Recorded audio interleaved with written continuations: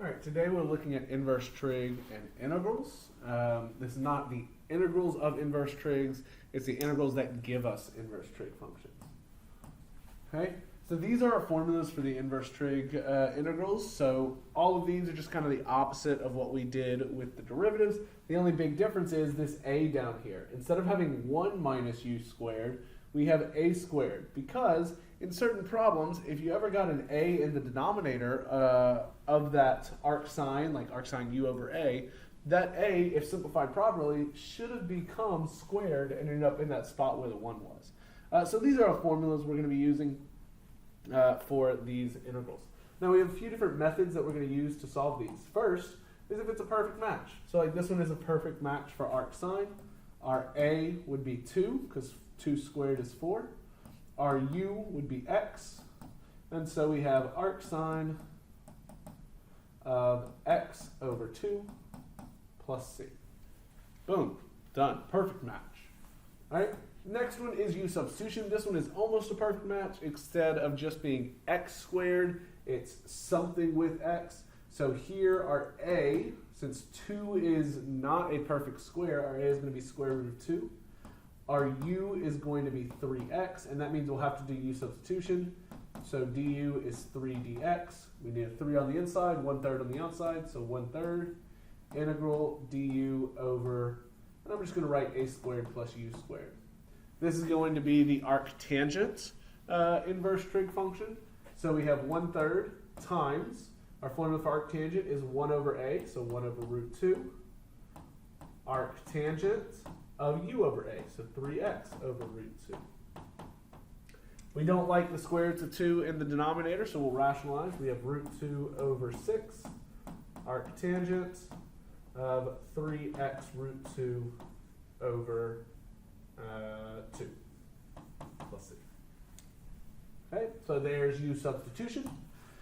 Sometimes we might have to split it apart, so we try and do this one. We try and do a regular u substitution from before this unit. And it doesn't work. We can't do an inverse trig as of right now because we don't have just a constant on top. So we're going to have to do something else. We're going to split this apart. We have x over square root 4 minus x squared dx plus, and I'm going to pull out that 2, 1 over square root 4 minus x squared dx. Now let's start with this one on the right here. This one is just a perfect match. It's the integral for arc sine, so we have 2 arc sine of x over 2 plus c. Easy enough. This one on the left, though, is a u substitution, where u is 4 minus x squared, and du is negative 2x dx. So we need negative 2 on the inside, negative 1/2 on the outside. Integral du over square root of u. Square root of u on the denominator is the same as saying u to the negative 1/2 du. Add 1 to the exponents, we get u to the positive 1/2. Divide by the new exponent, which is 2, plus c. We have the 2's cancel, so negative square roots of 4 minus x squared plus c. So we have this integral and this integral. We'll add them together. We have negative square root 4 minus x squared plus 2 arc sine x over 2 plus c. And there's our full answer. All right, next method is completing the square. These are going to be pretty obvious because it'll be something like this on the denominator where you can't do a u substitution because there's no function on the top that could be your du, and it doesn't look like a inverse trig, but we can complete the square. Completing the square, you divide b by 2, that gives us 2. Then you square it, that gives us 4, and we'll add that to the end of that polynomial. Now, we're going to make it x squared minus 4x plus 4, but we can't just go adding numbers all willy-nilly. We have to balance the equation. So we still have a plus 7 here. To balance it, since we added 4, we're going to subtract 4. Because technically those cancel out to just give us 0. Now, because of this, we can create a perfect square here. This is going to be x minus 2 squared plus, and then 7 minus 4 is 3. Now, it looks like the formula for arctangent. We could say a is root 3 u is x minus 2. So we have the integral of, well, technically we would need du, but du is just dx, so it doesn't really do much for us. So we'd have 1 over a, so 1 over root 3, arctangent of u over a. Once again, don't like the square roots in the denominator, so we'll change it. We have root 3 over 3, arctangent, x minus 2 times root 3 over 3 plus c. Okay? Last method is the one that most people get frustrated with, and that is long division. It'll be obvious it's long division because you have a bigger power on top than on bottom. So we'll do our long division here. I like to use placeholder zeros. You don't have to use them if you can do it without them.